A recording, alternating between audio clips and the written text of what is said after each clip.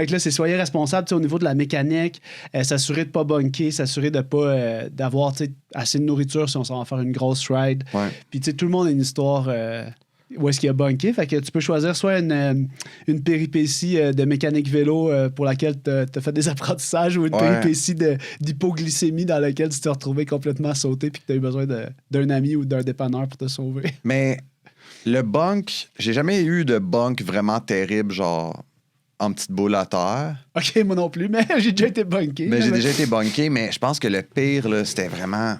Puis tu sais, j'espère que la personne ne regarde pas le podcast, là, puis qu'elle se reconnaisse pas, mais à un moment donné, je fais Montréal-Québec. Je pars, je l'annonce sur Instagram, hey, demain, je pense que je fais Montréal-Québec, je me lève, puis je pars. Puis là, ça donne que 2 autres gars qui font Montréal-Québec, mystérieusement, sur le même chemin, à la même heure. OK. Mais il y a un des gars qui son pneu arrière, là, il est fini. Là. Il fait un premier flat. Puis il fait un deuxième flat. Non. Puis un troisième flat. Puis là, moi, je donne un tube. Puis là, man, là, on est rendu à Trois-Rivières, fait 3 flats. Là, tu sais, j'étais comme...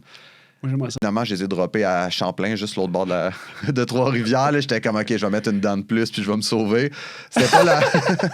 Je suis parti en break, parce que j'étais comme, non, mais là, je ne repogne pas d'autres flats. Là, mais c'est ça. Fait que tu sais, c'était un exemple de...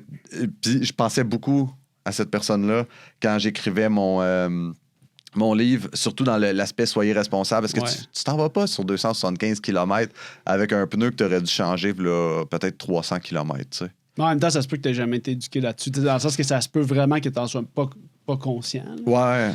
Mais là, cette personne-là, probablement que maintenant, elle fait vraiment attention. Ah, j'y souhaite parce que... Mais en même temps, tu sais, je pense pas que tu te lèves un matin et tu fais 275 km sans savoir comment un pneu fonctionne puis sans être capable de... Je sais pas. Je pense que pour avoir vu un échantillon de plusieurs milliers de cyclistes, tu as un large spectre d'enthousiasme par rapport à tes capacités qui sont, qui sont peut-être des fois réalistes ou très, très, très optimistes et un peu naïfs.